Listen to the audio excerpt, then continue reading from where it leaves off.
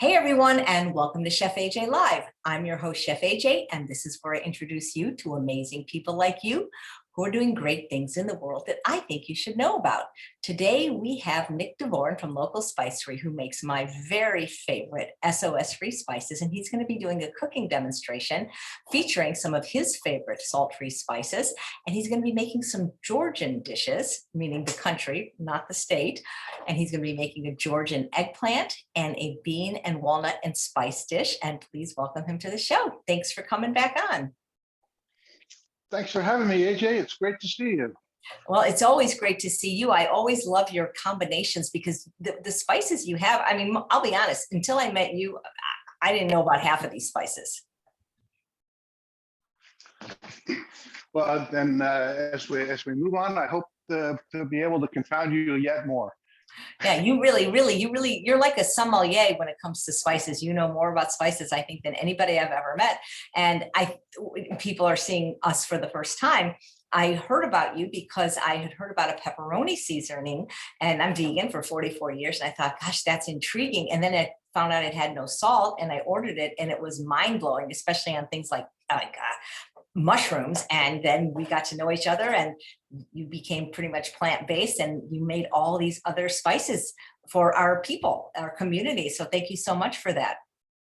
Well, we have a lot more coming. We've been working on, since Evelyn and I are now, cooking plant-based everything. We're learning more about, what we need and what makes it easier. So I'm just curious, though, there are people in the world that aren't plant-based. Like, for example, I have a neighbor that has severe kidney disease. He's not vegan, but he can't eat salt. So I'm guessing you probably have some customers that are looking for salt-free seasonings for maybe other reasons.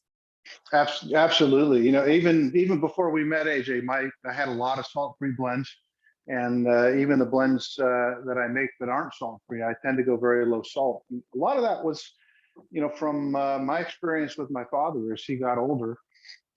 He had kidney failure, and he was in his mid 80s, and all of a sudden was in a position where he had to take care of himself. He never really cooked much, so I would take him shopping, and we would try to find prepared foods that he could just heat up that had little to no sugar, little to no salt, excuse me.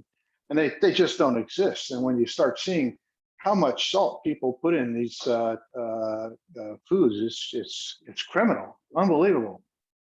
Yeah, and some of the brands that you buy in the regular grocery store, while some of them may be good, a lot of times they put like sugar in. Yeah. We get asked a lot of times from people about putting sugar in blends, and it's not something we like to do. I don't get it. Yeah, exactly. Have you had more requests for certain salt-free seasonings since more and more people are coming to you specifically for that? We get requests all the time. Most people are pretty happy with what we've got. The things that we're focusing on right now is we're working on a suite of toppers. We came out with our showstopper topper, which is essentially an everything bagel blend but salt free. But we're finding how useful that is, because it's something you can put on salads as well as it goes over potatoes, it goes in pasta, it goes on everything that we eat, and we just go through bags of this stuff. So we've been playing with a number of different recipes that we'll be rolling out very, very soon. The first two, one is going to be a Tuscan Copper, which is basically the same flavors in our Sole della Toscana. So it's going to have teacut sized chunks of sun-dried tomato, garlic, rosemary, porcini mushroom, really, really rich Northern Italian flavors, and they'll be in largest chunks, and you can use it as a topper on top of things. And then the other is I've always wanted to be able to offer a Dukkha. And Dukkha is an Egyptian blend that is made with crushed nuts and spices, and it's absolutely delicious. But I didn't want to introduce nuts into my process because nuts are a major allergen. And even though we wouldn't be required by law, we would definitely be required by our own sense of morality and what's right to label and to inform. You know, we've had a number of family members who've had tree nut allergies, so we've always just avoided tree nuts. And then we got the idea of, you know, you could do this without nuts. And so we've been playing with a recipe to do dukkha using seeds. So we're going to be using roasted organic sunflower seeds and roasted organic pumpkin seeds and sesame seeds and some nigella and some flaxseed. And it's working pretty well. We're very, very close to releasing that as well. And it's, you know, it's a you know, Middle Eastern focused, you know, seed heavy, really protein rich flavor you can put on almost anything. And you know, it'll go well with some of the other toppers we've got coming out. I've really been enjoying those. Yeah, that's what I like to eat. So that's what you guys get stuck with. I love that because seeds are every bit as healthy, if not healthier than nuts. And that sounds amazing. And the showstopper topper is just fantastic. And also don't forget about your broth, your bada bing, bada boom. Bada bing. And we'll be using bada bing today. I've got a bag right here of it. That's another one. I can't believe how I live without it. I go through so much of that stuff. That's great. Well, the only thing I think you're missing is a bacon seasoning. You keep bringing that up, but I've got good news on that end. We're actually very close. I've been playing with a number of flavors. I've had, you know, for me, it's been a tough, you know, you asked me if I could do it, and it's been hard for me to do because for two reasons. You know, bacon, the main flavors are you know, salt, sugar, and smoke flavor, and obviously we can't use salt and we can't use sugar.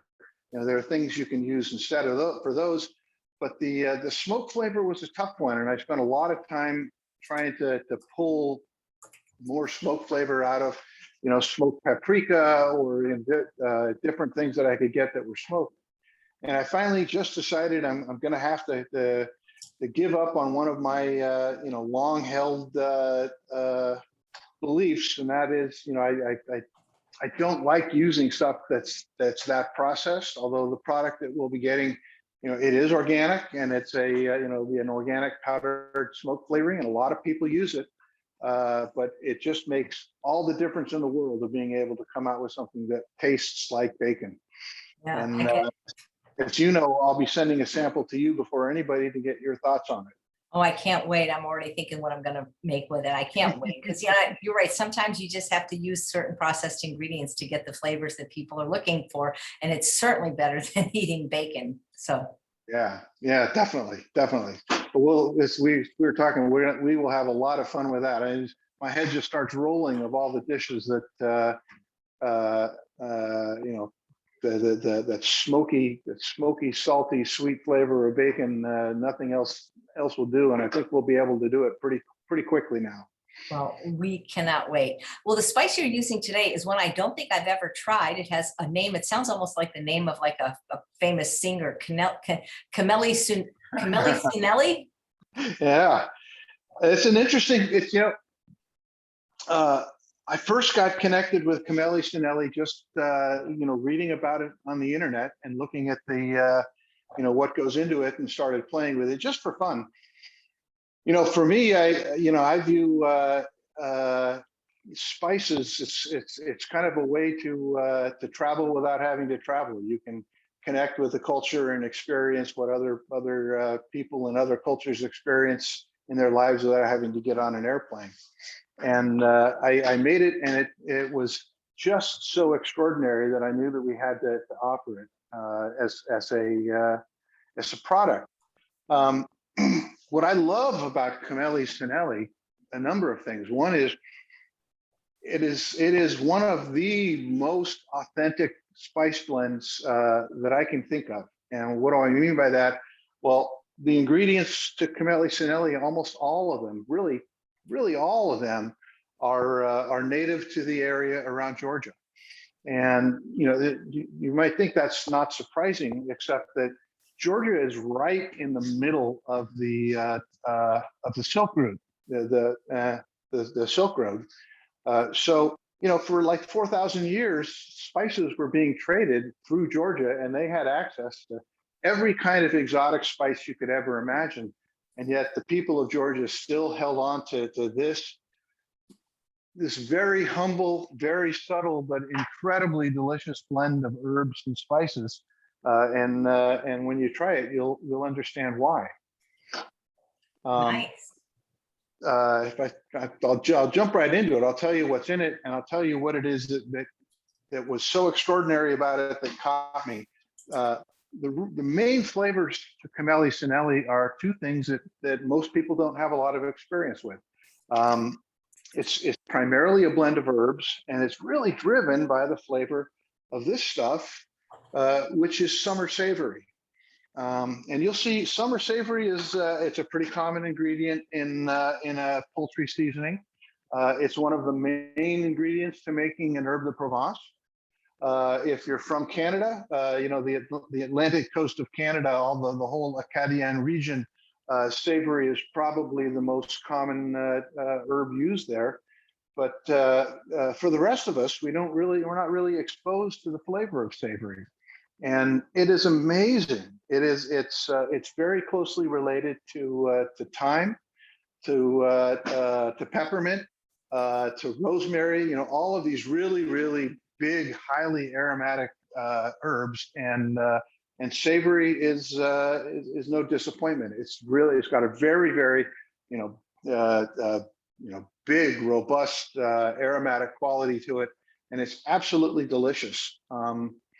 It also has some interesting history. We hear the name savory, and you think we all know what savory means, and you think that the connection maybe is that this was a savory flavored herb, but the name actually goes the opposite direction. And the word savory, the root of the word, comes from the Latin for the satyr's herb, because savory very early on was considered it was Cupid's herb. It was used in love potions and used in aphrodisiacs, and for that reason it was called satyr's herb. And later the flavor savory came from this herb savory, and so that's where it came about. It's actually the herb itself influenced the language, which I find fascinating. Yeah, that's interesting. I don't have a lot of experience with savory or marjoram other than in poultry seasonings. Yeah, and marjoram's another great one. I love marjoram because it's so lemony. It's a perfect thing to add to anything where you're trying to pull out some citrusy flavors. But the savory also has some great medicinal benefits. It's an anesthetic and an antiseptic. It's used in ancient medicine as a treatment for bee stings or any kind of an insect sting. A fresh leaf just rubbed on the insect sting will calm some of the pain and the itching. It's just a great, wonderful herb to get acquainted with. I encourage everyone to play with it. The other one is a spice that you've asked me about before, which is fenugreek. And these are, I don't know if you can see them from all the way over there, but these are fenugreek seeds. They're little kind of pyramidal seeds. Fenugreek has a very distinctive flavor, and the best way to describe it is just to tell you that the vast majority of the fenugreek grown in the world today is being used to create artificial maple flavoring. So it's got kind of a mapley flavor to it. So just imagine in the Khmeli Suneli, it's a brightly aromatic blend of herbs, and then it's counterposed against this sweet mapley flavor of the fenugreek, and that's what really hooked me. And the first time that I tasted it, it just tasted so much like the steps of the Caucasus Mountains, and well, I think one of the first things I had to do with it was I made a dressing with white wine vinegar, some mustard, a little bit of mustard seed, and the Khmeli Suneli, and I use that as a dressing on on a cabbage salad that was just wonderful, an absolute perfect connection with cabbage. So Khmeli Suneli, the ingredients to it, it's got the savory, has the marjoram, paprika, coriander. Coriander is used a lot in Georgian cooking. Some dill, peppermint, black pepper, but we can make it pepper free. Some bay leaf, celery, saffron. Celery, the fenugreek, saffron. So, very traditionally, Khmeli Suneli would be made actually with marigold petals. We don't carry that, and a lot of people, confuse the two because they have the same common name, saffron. In fact, we get people come into the shop all the time to show us this huge quantity of saffron that we bought in Yugoslavia, and it's actually marigold petals. In flavor and profile, they're somewhat similar in that it's kind of an umami, lower flavor that adds richness and complexity. So I happen to have a very nice Iranian saffron, and we use that. So Great. that is the Khmeli Suneli, and that's what we're going to be playing with today. I thought it would be fun to try something that's a little bit different today. Great. Well, I can't wait to see these recipes. Should we get started? Yep. Okay. So we're going to be making two things, and I'm going to work them simultaneously to try to get them done relatively quickly. One is a simple bean dish that is seasoned with the Khmeli Suneli and with walnuts and other spices. And the other is a very, very simple but kind of showy eggplant dish that would make a fabulous appetizer if you're entertaining, or just a light dinner, which is what we had it for last night. One thing interesting about the using Khmeli Suneli and beans, savory is frequently used in connection with beans. The flavor goes just amazingly well with any kind of bean, but it's also it's known to aid in your digestion and to reduce flatulence. Kind of like in Mexican cooking, the use of epazote. A lot of times you'll find the use of savory in beans. So you mean you can actually counteract the effect of beans by putting that in? Exactly. Same with epazote. Epazote does the same thing in Mexican dishes. So I got started ahead of you. So I want to just tell you what I put in the Instant Pot to get started for the beans. We're gonna get the beans started, and then kind of like Cuban beans, we'll add some fresh flavors to it later. So what I put in here is one small onion that I've diced, and then you want to take a bunch, like a grocery store bunch of cilantro, and you split it between what you cook and what you add later. But I really like using the stalks of the cilantro, particularly when I'm boiling it for beans. So I cut the stalks off and I ran them through the blender, and I just put the stalks of the cilantro in with the beans. The other things that we're going to add to it, let's do our water first. Let's do the beans, so it's not too messy. The beans, I'm going to use. I think that this is a great dish if you've got some heirloom beans sitting around that you're waiting for the right thing to cook them on. This is a good showy kind of a bean dish. I'm going to be using some Anasazi beans that I got from Rancho Llano Seco. They're fabulous. They're smaller than a lot of beans. They're closely related to the pinto bean, but they have a little bit stronger nutty flavor. It's just delicious, and they're perfect for this dish because they're a thin-skinned bean. The skin's not going to be too powerful and too chewy. So we're going to do 2 cups of the beans.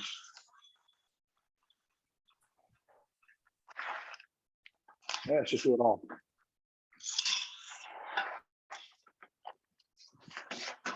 And then for 2 cups of beans, I'll usually use 5 cups of water. There's 2.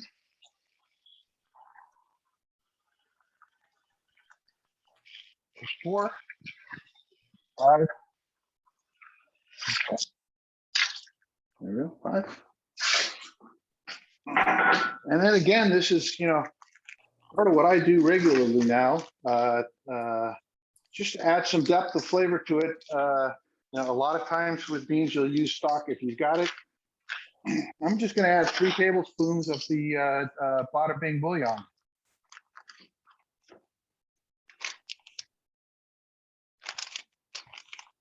You're gonna need to have a bigger bag of that bouillon. I think so. Maybe a big tub. We'll do it in the trash can size. And these beans don't really need it because they're so thin skinned, but I'm going to throw some kombu in because it adds such a lovely, rich flavor, and it also helps break down the skins of the beans.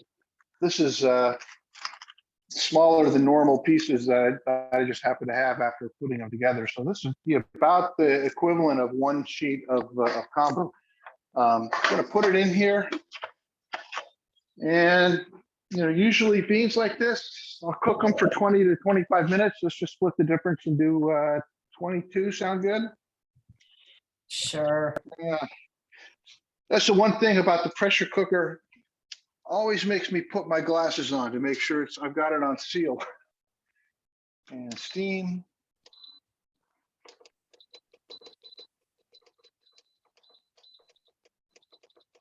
"22 minutes. There we go.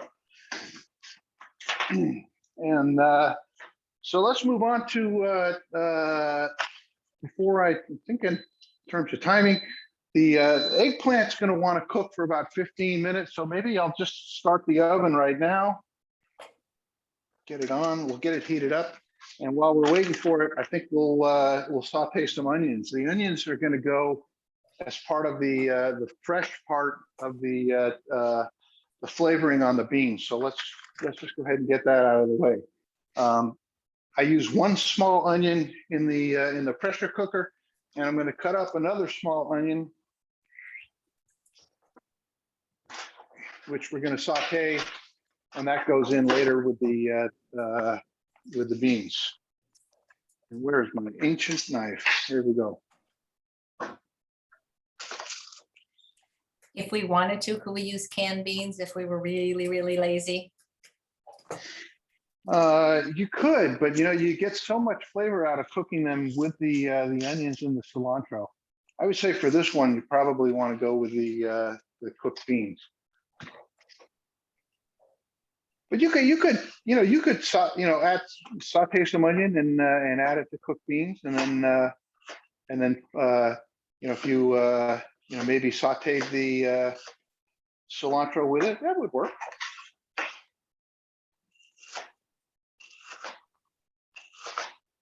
I just love beans, and I like cooking beans. I don't know why, but I get a kick out of it. Okay. And let's turn this on. It's not going to take me there, is it? So I'm going to take some hot water out of the sink. I also, for sauteing, I always like to use bada bing, and it was something that my wife came up with, and it's just a great way to add some richness to anything you're cooking. I'm only going to make about a half a cup, so I'm trying to put about a half a tablespoon of the bada bing in my. That's plenty.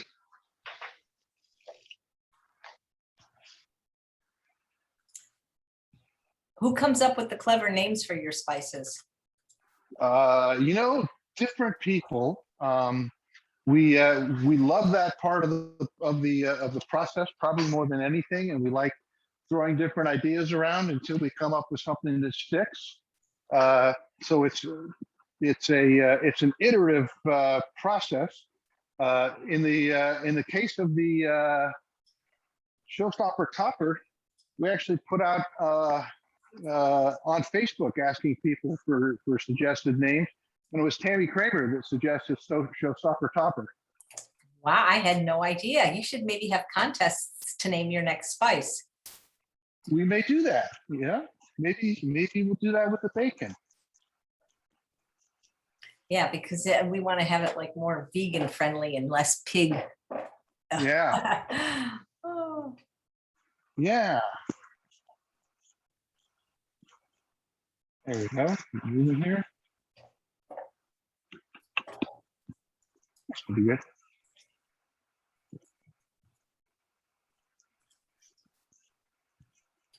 Finally getting to the point where I'm comfortable doing this without oil, AJ. That is great. I think a lot of it was when my wife came up with the idea of adding these rich vegetable flavors from the bada bing when we saute. It adds a lot. So while we're doing that, I'm gonna, for there are a lot of different shapes and sizes of eggplant that you can use. I'm just using a very traditional European eggplant. You want something that's big enough that you can roll it up. I think that an Asian eggplant, the long and thin ones, would work just as well. When you see how I'm going to actually cut this in half, the Asian ones would probably work maybe even better. But I'm looked at them at the farmers market this morning, and I thought I'm not going to take the risk while we're live on the air. So I think next time I probably will use the Asian ones. So basically just cutting planks. And this is the eggplant. I've already cut the ends off, and I've sliced a few off just to check it out for timing. But I'm cutting these at about 1/4 of an inch thick. The thinner you make them, the less time you have to cook them. And I'll tell you what we're going to be doing with the eggplant. All that we're doing is we're using the eggplant as a wrap. We're going to put it in the toaster oven just long enough that it becomes soft enough to roll up, and we're going to roll it up around a walnut and vinegar sauce. So I've got my toaster oven set to 375. At home, I would do this in our air fryer, but the air fryer we have here is not big enough for that. All right. Almost getting to the point where we're going to have to add some liquid. I want to try to get this so it's pretty uniformly starting to turn to a light brown color on the onions. That's when you start to get the most flavor out of sauteed onions, at least in my experience.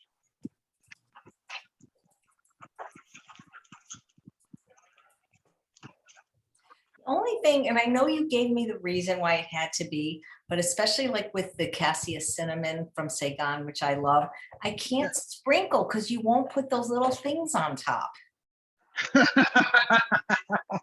We're still looking for one we can use, but the reason why is the thing that goes on top is called a fitment, and it's a plastic thing that goes on top of the lid, and it actually you can't get as strong an oxygen barrier. And for us, I'm going to put a little bit of liquid in here.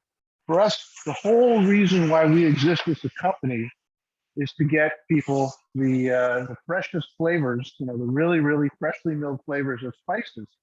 And if we allow even a little bit of oxygen to get into the jar, they lose that freshness a whole lot faster.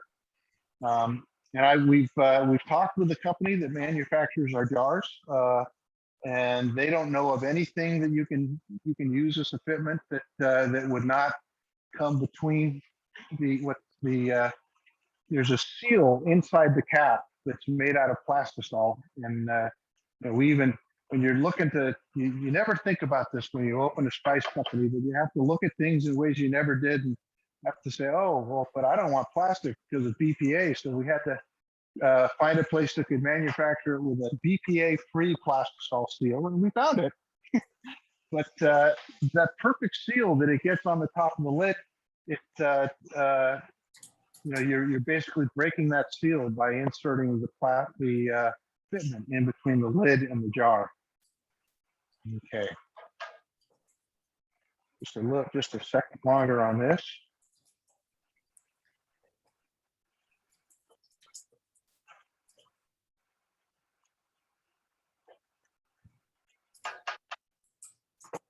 Okay. I'm just going to set this aside and we'll use it a little bit later. I'm going to unplug this. We can get rid of it. Because these dishes are so simple, there's not a lot of cooking left to do. A lot of prep work. Okay. So these are the walnuts, and the walnuts want to be, chopped or ground into like a meal. And if you were doing this traditionally, you would basically make this whole dish inside of a large mortar and pestle. You'd use the mortar and pestle to grind down your walnuts. I'm just going to chop them on a cutting board. For those of you that have those Holland wood bowls with the Mezzaluna knife, absolutely perfect for cutting walnuts, for cutting any kind of nuts, because the nuts can't get away. Like years ago when I worked in a restaurant as just a child, when I was in high school, we had wooden bowls with mezzalunas that we would use for chopping nuts. It's the perfect thing. But I'm just going to chop these as finely as I can. Yeah, you could run them through the blender if you want. In fact, I may just give in and try that.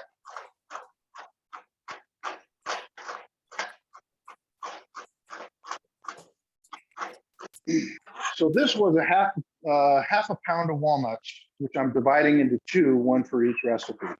So it's about a quarter pound of walnuts total for each recipe, which is about a cup.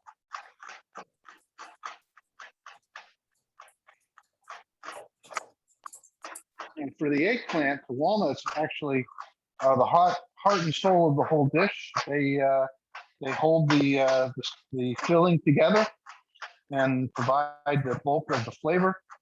And for the beans, you can actually add a little bit more texture, bigger pieces, because it's really, it's to add some interesting texture to the beans themselves and to add flavor, which will definitely cook in even with a little bit bigger piece. But these ones, I'm going to be using these ones here to make the filler for the eggplant. Timing on the eggplant is usually at 375. I find within 10 to 15 minutes it's ready. You just want to cook it long enough so that this is a fresh piece of eggplant. You want to cook it long enough that you can roll it up like a wrap. We're really not trying to cook it for very long, just to soften it up. Do you prefer that kind of eggplant to the long, thin, I think they're called Chinese or Japanese eggplants? Yeah, I was saying, I was actually this morning at the farmer's market looking at the Asian eggplant and thinking about getting them for this, but I haven't made this dish yet using them, so I didn't. Although I think I prefer in flavor, I do prefer the Asian eggplant. I also thought that I don't know how many of the people watching have access to multiple types of eggplant, so I thought let's just stick with what most people have and can get.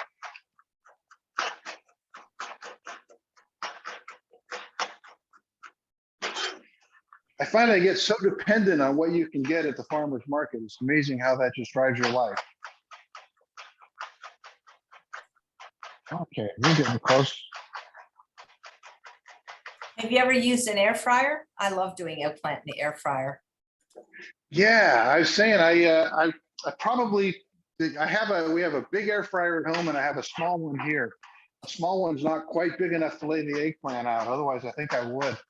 The one thing, and if I were to make any change to this recipe, if anyone's got some great ideas, you'll see when I make the eggplant, we wrap it around this nut filling, and then you would eat it like a canape. And Evelyn and I have been talking about how can we cook that eggplant so that the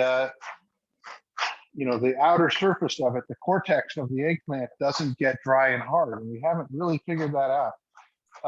In a traditional traditionally it would be fried in oil, but I find it's just fine if you just cook it quickly in the toaster oven like we're doing. It works, but if we can find a way that that retains a little bit more moisture in the eggplant, I think it would be a better dish. Okay.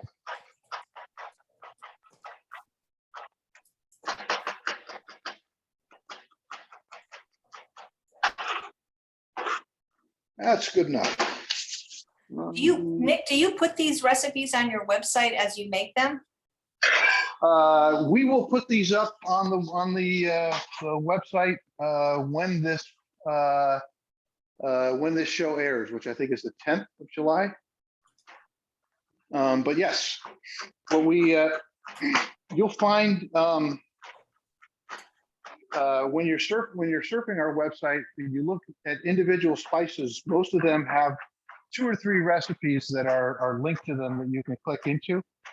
And we just started a YouTube channel, and we're going to start putting more of those recipes up as actual demonstrations, because I get a lot of people asking for not just the paper recipe, but to actually watch it being prepared.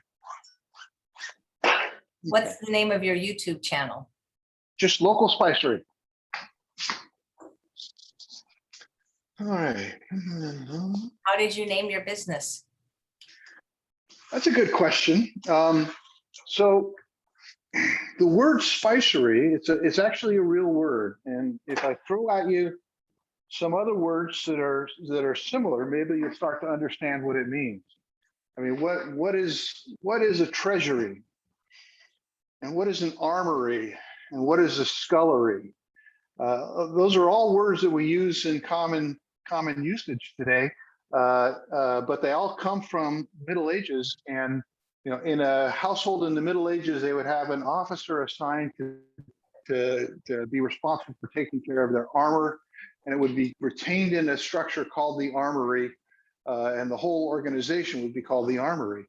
Now, at this point in time, spices were as valuable, or probably even more valuable than many of those other things. And so in a large household in the Middle Ages, they would have an individual, usually someone of a noble background, who would be named as the spicerer and would be responsible for maintaining and storing and protecting the spices for the household. And when we found out about that, we just thought that was too cool, and we had to go with it. I kind of liked it. I like the history behind it. I like the antiquity, and I like the sound of it. All right, so let's go ahead. We're going to do some garlic. Blah blah blah.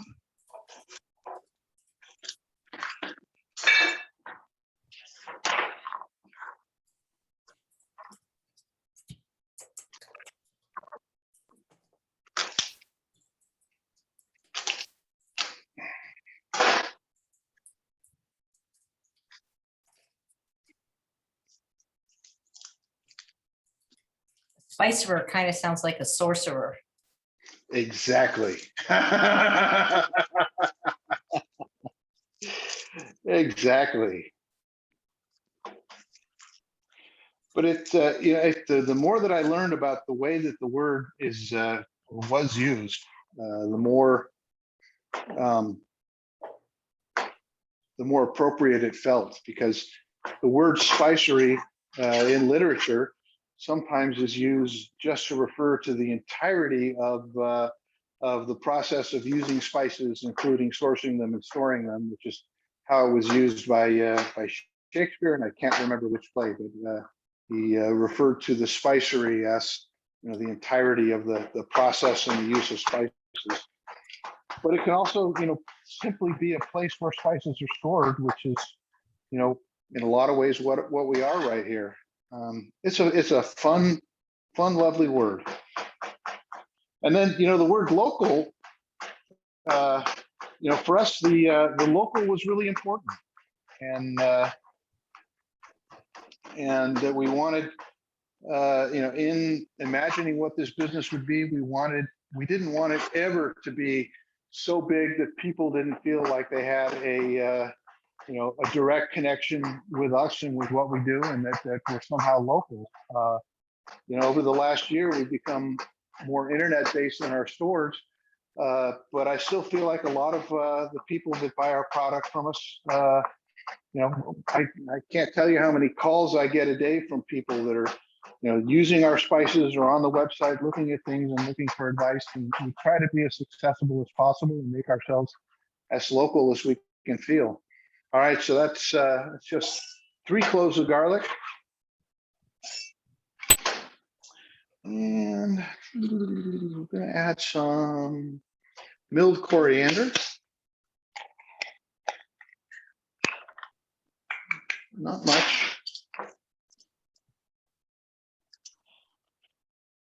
So just a half a teaspoon.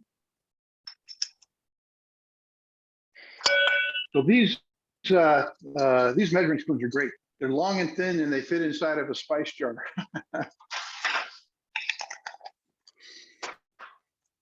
And a teaspoon of Khmeli Suneli, because that's what this show's all about, right? He sounds like it reminds me of Milli Vanilli. There you go. It's really, when you taste it, it's one of those things that, it's something you haven't tasted before, but you taste it and it just tastes right. It is in its own right iconic. So I'm going to put in about a tablespoon of white wine vinegar. If you have champagne vinegar, that works as well. And the champagne's not quite as astringent as the white wine vinegar. And just get a spoon. I know that you're doing some co-creations with Thomas Allen of California Balsamic to make some delicious vinegars using your herbs and spices. Oh, I lost about the last 10 seconds of that, AJ. We got the connection died. I said that you were doing some collaboration with Thomas Allen of California Balsamic to make some incredible balsamic vinegars using your herbs and spices. Absolutely, yeah, and it's as far as the collaboration goes, he calls and asks me for advice and things that we're making and things that he might try to use. But the culinary decisions are his, and they're his creations, and he's very talented and very creative.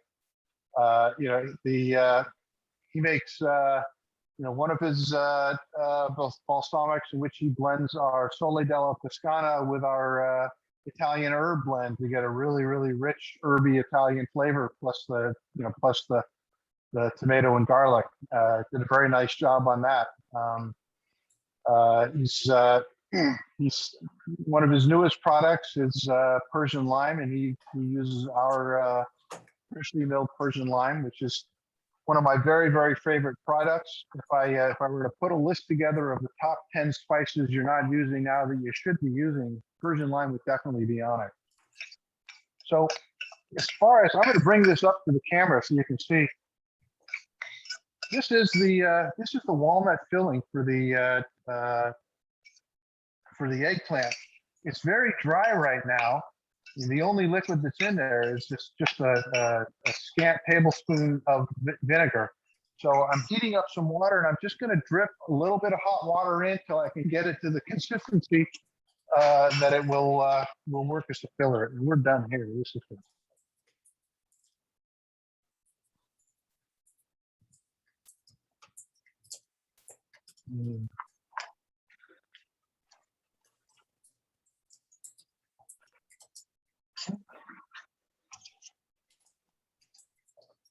Now, there's one more famous Georgian dish that I need to mention. I meant to bring it up in the very beginning. And this is really, really iconic to Georgian cooking.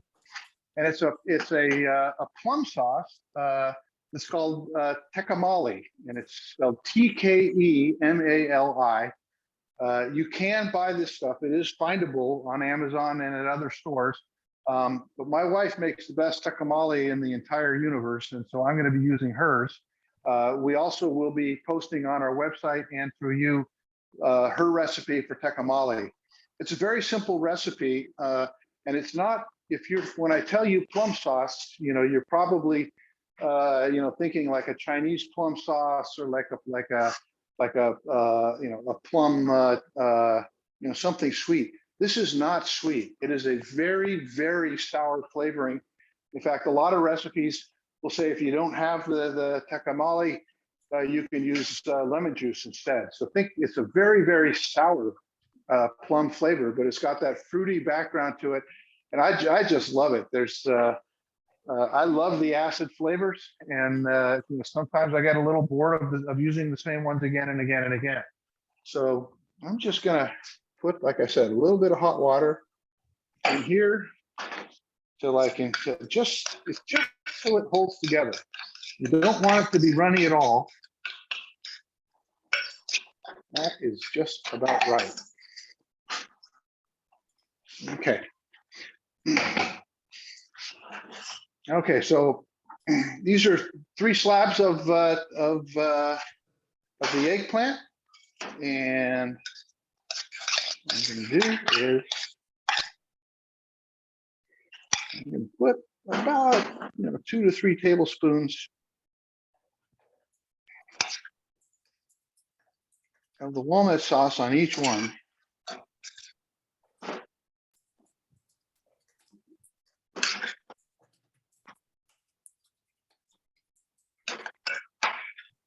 You can see how quickly this comes together. If you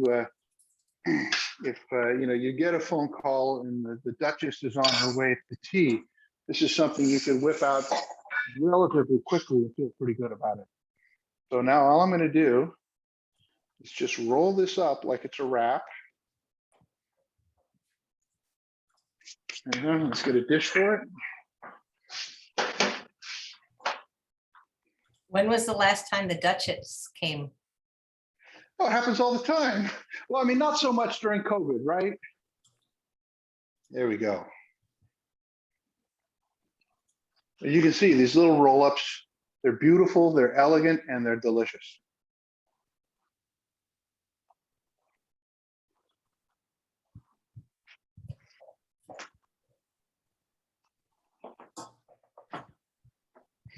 This dish I'm using is made for olives. We don't use it very often much these days, but it's perfect for this because it holds them together and they stand up nicely.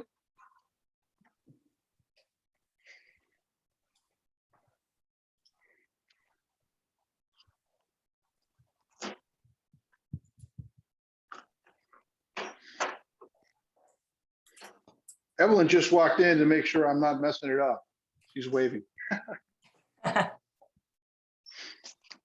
All right.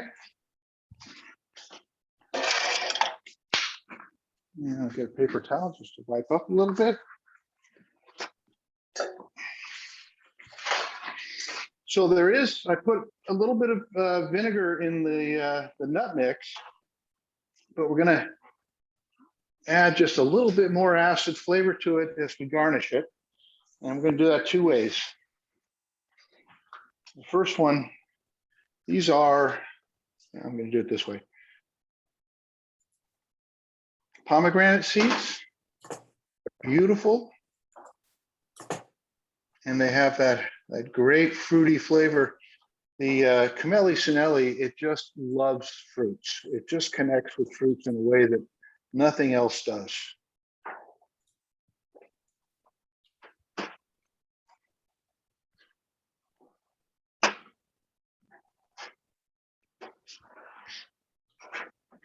There you go. And so I would serve that with just a little dish of the Tkemali.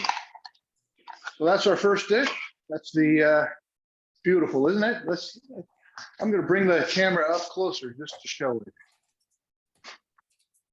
I don't know if that's working, but there it is. That is beautiful. And it's delicious. Let's see. turn this off. So let's work on the fresh ingredients for the beans. Get rid of this stuff, get rid of this stuff. First thing I'm going to have to do is I'm going to chop some more walnuts, something that I could imagine I'm getting pretty good at by now. I'm going to have to get one of those Holland bowls. Yeah, those are great for chopping.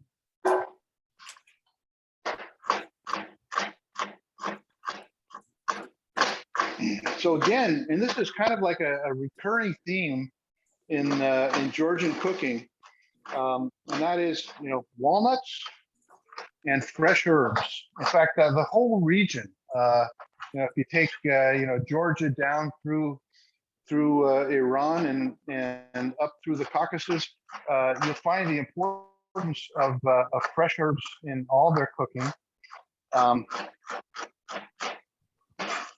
What we're going to be making here is a little paste made of walnuts and an assortment of herbs.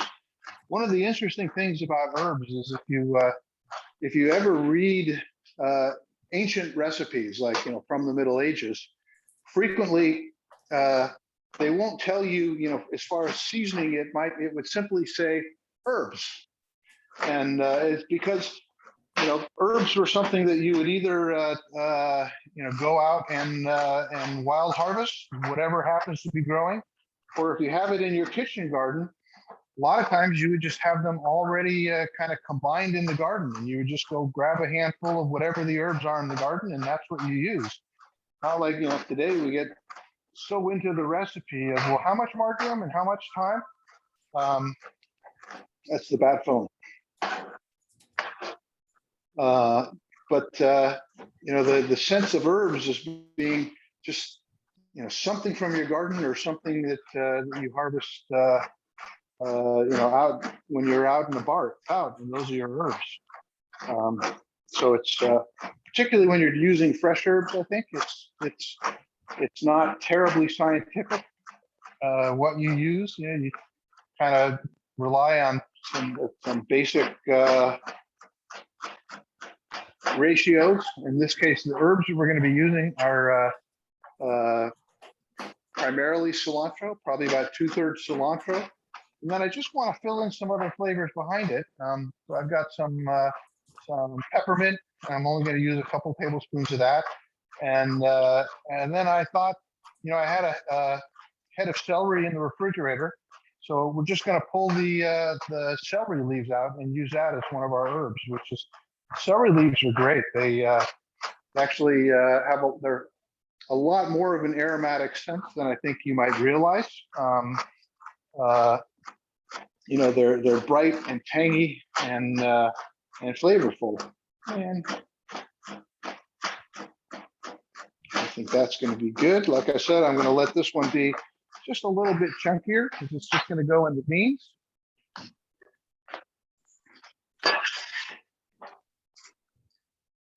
Have you ever heard of culantro? Yes, culantro is not related to cilantro. A lot of people will refer to them as if they're interchangeable, but they're really not. Cilantro, the culantro is common in Puerto Rican cooking, and it could be quite a few other areas, but I'm mostly familiar with it in Puerto Rico, and it's a very mild flavored herb. I think of it almost like a lettuce. It's slightly peppery, and it's very, very hard to get. But yeah, it's delicious when you can get it. 6 more minutes on that. Let's do the herbs.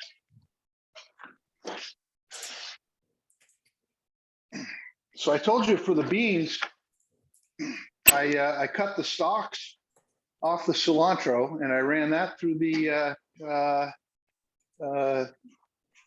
blender and threw it in with the beans. And then these are the leaves from that same bunch of cilantro. So I'm just going to chop this coarsely because it's really going to just go in the blender, and it's going to get cut to a very, very fine, like a pesto. Have you ever used purslane? Use what? Purslane. No, I'm not familiar with that. So many people don't know what that is. It's a weed that is served a lot in cuisine in Mexico, at least when I go there, and it's very high in those omega-3 fatty acids. I'm gonna have to look into that. Wow. Yeah, because I mean that'd be cool if I had dried purslane, because You said you had it dried as. well, I've never had it dried. I buy them at the Latino markets here, or even in LA as well, like Vallarta, places like that. Yeah. So earlier I mentioned epazote in Mexican cooking, and that's one of those ones we actually have we sell dried epazote, and a lot of people buy it for when they can't get the fresh stuff. But it's such a mild flavor that you just lose so much of it when it's dried. I hate to down talk any of my product, but epazote, I like it fresh, and I think cilantro is the same thing. So here's the just a head of celery. I'm just going down in the center of the head, which is where you pull the leaves out, and I'm going to put those in as some of my herbs. And anytime you're trying to do a blend of herbs and you're running out of ideas because you only got one or two things, got a head of celery. That'll take care of you. And here's my now very sad looking peppermint. Looked lovely this morning, but it's not, doesn't want to stay with us for long.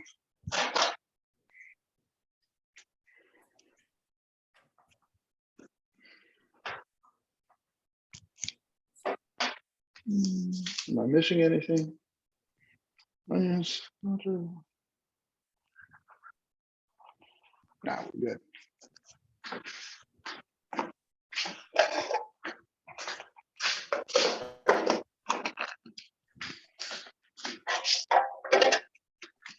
Oh, wait a minute.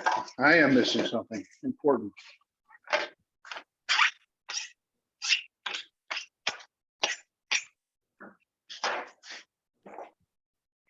Garlic, another three cloves of garlic for the beans. And you want the garlic to be fresh. You want to get that astringent bite of fresh garlic in this. A lot of times with beans, you'll saute the garlic and add it in with the beans as they cook. Not for this one. You really want the garlic in your load of fresh herbs.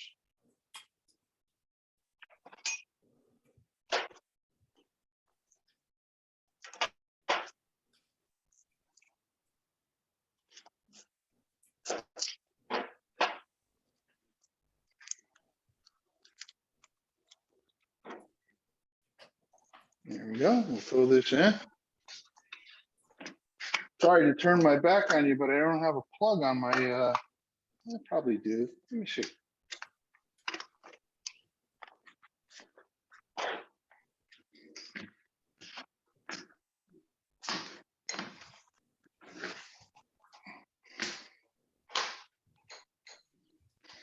It's going to be right on time. These beans are going to be ready in 1 minute. Great thing about these little ninja blenders like this. They're small, they're easy to carry around, and you can just pick them up and shake them while they're working, if it doesn't come unplugged.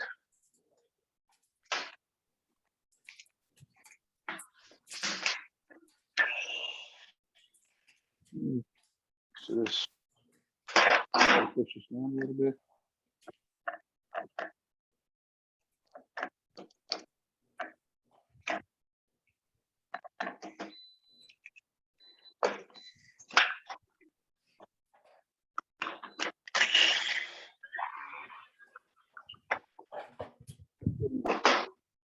Okay. So these herbs will get added. to the nuts, the chopped nuts. And then in this case, you're going to be pulling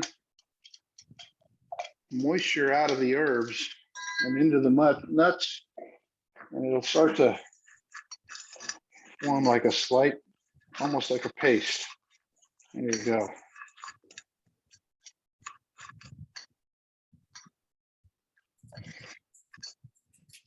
Okay. Release the bean.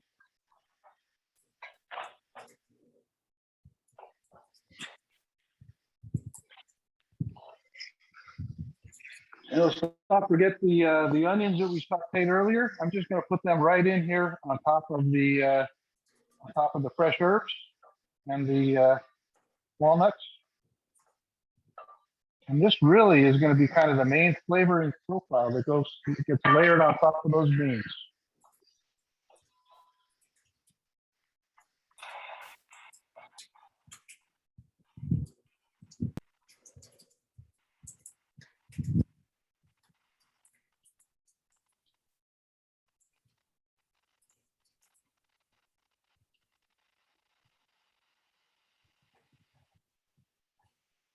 Are you coming back? There we go. And I need my spoon. I wish I could use this.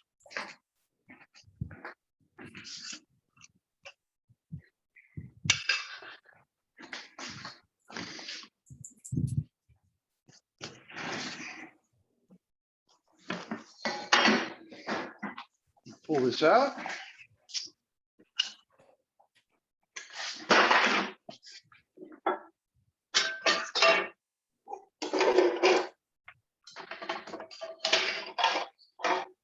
And those kombu sheets get a lot bigger when they cook through.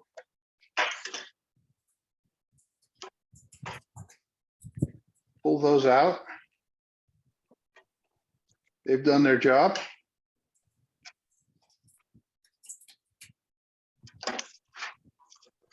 There we go.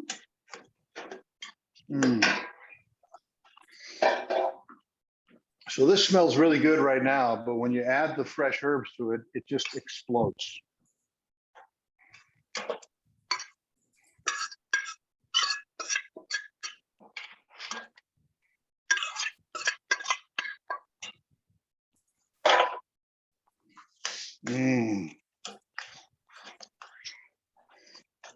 Has a very, very strong smell of fresh herbs, a little bit of mint, and a strong garlic on top of it. So let's plate this. I have a bowl here somewhere. That'll do. So as a traditional dish, usually you would add the plum sauce in to cook to add a little bit of a sour flavor to it. But the plum sauce is so lovely, and it looks so nice layered on top of the beans that I like to put it on top as a garnish.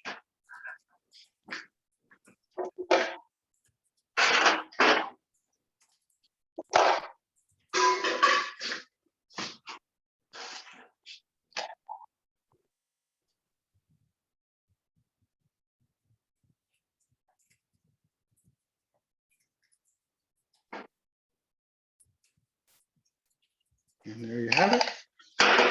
Just wipe up, and I'll bring you in close to show you what we made.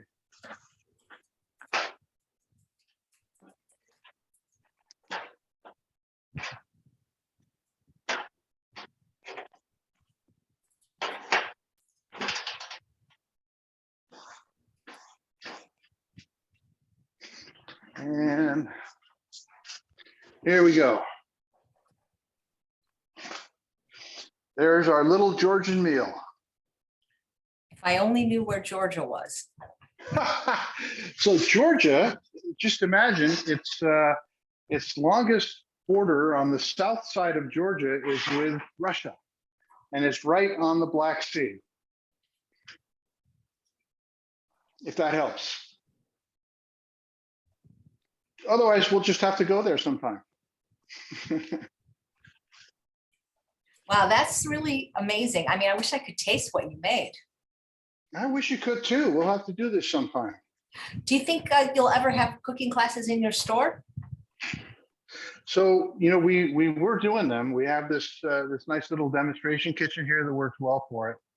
Not this year, for sure. We just went through a negotiation on renewing our insurance, and you know, in the post-COVID world, insurance companies really don't want you holding events like that. So I don't see it happening this year, but maybe next year we'll be able to do it some more.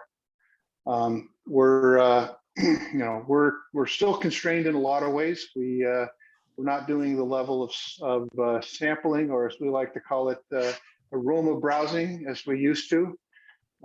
Just because of precaution for the virus, but perhaps as the year goes on, we'll be opening up to more of the aroma browsing. But I don't think cooking classes will come back till next year. But we built the facility just to do that, and we hope to do more of it. That is great. And if people go in through the link, they could have 2 small free samples with their order, right? Exactly. The key is, you know, for those of you that follow and love Chef AJ like we all do, find us through www.localspicery.com/Chef AJ. And that will bring you to a page which makes it very easy for you to click in to see only those blends and products that we have that are completely salt, oil, and sugar free. And it also has a place where you can click and find which are Chef AJ's favorite blends. And by purchasing, by going through there, it keys us in to send you 2 free samples. They're about a tablespoon, which is enough for most recipes, so you can try them out. We will select from AJ's favorites, or if you have something you're very keen to try, let us know what you're looking for, and we try to accommodate requests for those samples. Oh, that's very kind of you. Thank you so much, Nick. This was a wonderful demonstration. And so the recipes will be on the local Spicery website. They will, yeah. Just if you click into Khmeli Suneli, you'll see links to these recipes. That name just slays me, Khmeli Suneli. I wish I'd made it up. That is hilarious. Thanks so much. And thanks all of you for watching another episode of Chef AJ Live. Please come back tomorrow when my guest is plant-based board certified dermatologist, Dr. Jessica Brandt, who will be answering the questions that you wrote in, and also live questions if there's time. Thanks again, Nick. Take care. It's great to see you, AJ. Bye. Bye.